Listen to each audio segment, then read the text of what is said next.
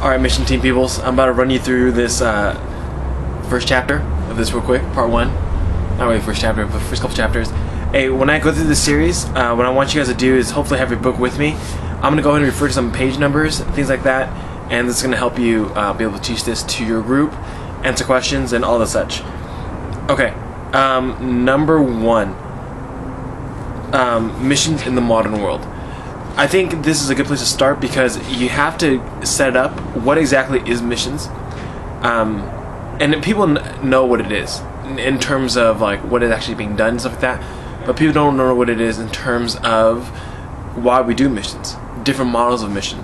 I'm looking at page 12, right? You see this section with the insert. Hey, what that is, that's I think is going to be good to go through. For example, incarnational mission. Contextualization. This actually might take a long time. Alright, if you guys get stuck here, that's okay, because there is a lot to go over, and I plan for most people to actually want to meet up with you guys separately, maybe talk about some of these things. I want you guys to read clearly through this. If you have questions about stuff, you can go ahead and Google that. There's going to be good articles that come up. Also, feel free to ask me. I've taken a lot of classes on this, and I'll answer the questions as best as I can. I'm looking at page 12, page 13, alright? Make sure your groups really understand that. Just the different models of missions. What is missions, alright? Missiology, make sure people understand what that is. It's a very new field. Missiology is on page 17. Alright, page 17. Missiology is a new field. I think starting with the 1970s even. I think as recent as that, it came up as a chance, for seminaries to offer it as a degree. That's very, very new. Just going through this first section. Misunderstandings. You guys can take a little bit of time on that. I'm not as worried about that. I'm more worried making sure that you guys understand page 12 and 13. The different models of missions. Understand what that is. Okay, moving on, because we're gonna try to cover as much as we can. We have time to go deeper, definitely, one-on-one, but I want to make sure as a group that we're kind of moving through this book quickly, because there's a lot of stuff I want to cover, right? We want to cover together. Alright, and here's the one biggest things. On page 27, alright, Old Testament stuff, Old Testament as mission. Hey, the biggest thing I want you guys to cover is, where does it start? Right? Where does mission start? Where do missions start in the Old Testament? Talk about, why Abraham. What is significant about the life of Abraham? That's probably the biggest thing. You're seeing the notes I gave you. Understanding who Abraham is and why, he's kind of like the old school missionary of his time. There are case studies, right? I'm looking at the case study in page 38 and 39.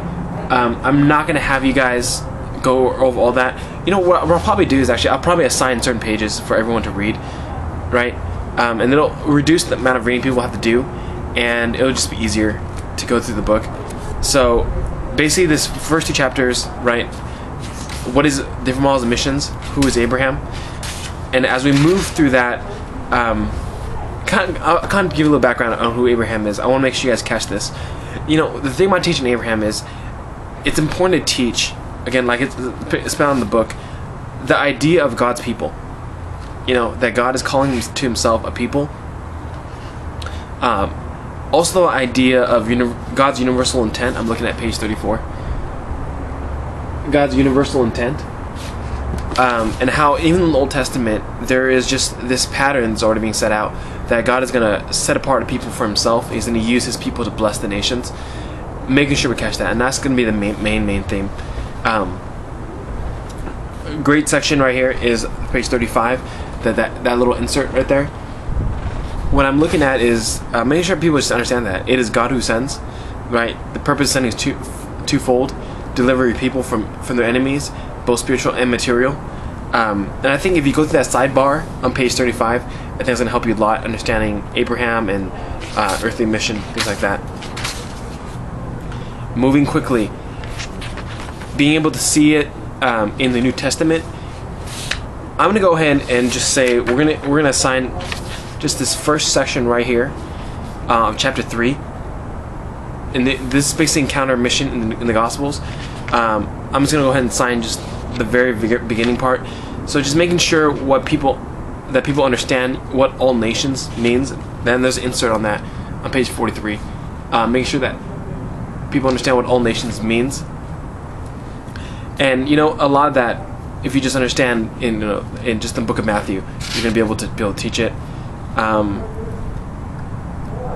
Yeah, I think we can go on and on in the New Testament. The New Testament is filled. We can go to Acts. We can go through, Revelation and all that. But making sure, just focusing on what all nations means, I think that's a big part of what the New Testament theology is about missions. And moving quickly, we're going to see New Testament church. I'm not going to talk about that too much. I don't think, by this time we're already pressed for time. So I'm going to go ahead and not really assign much readings from chapter 4. All right, instead we're going to quickly move to the last chapter of the part 1, which is chapter 5, Countermission Theology. And there's a lot to cover in this section. I'm really interested though in just covering. Let's see. Yeah, you know what? I'm really interested in covering just this last section of the case study. All right, page 88 through 89. That's the case study, and we're just going to end our time with that.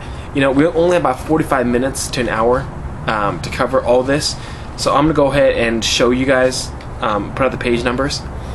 You guys can re-watch this video in case you guys are kind of not sure what we're doing and why we're going through it like this.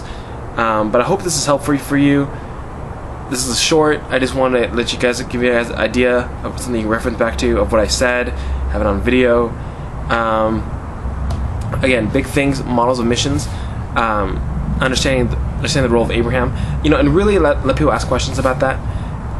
Making sure that every single person, understand the Old Testament theology of missions as, being twofold, right? Being sent, being delivered, and then understand the word all nations. I think that's extremely important.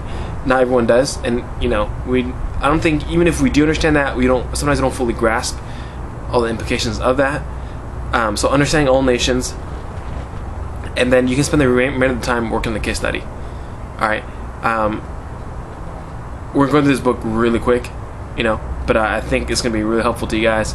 So that is all.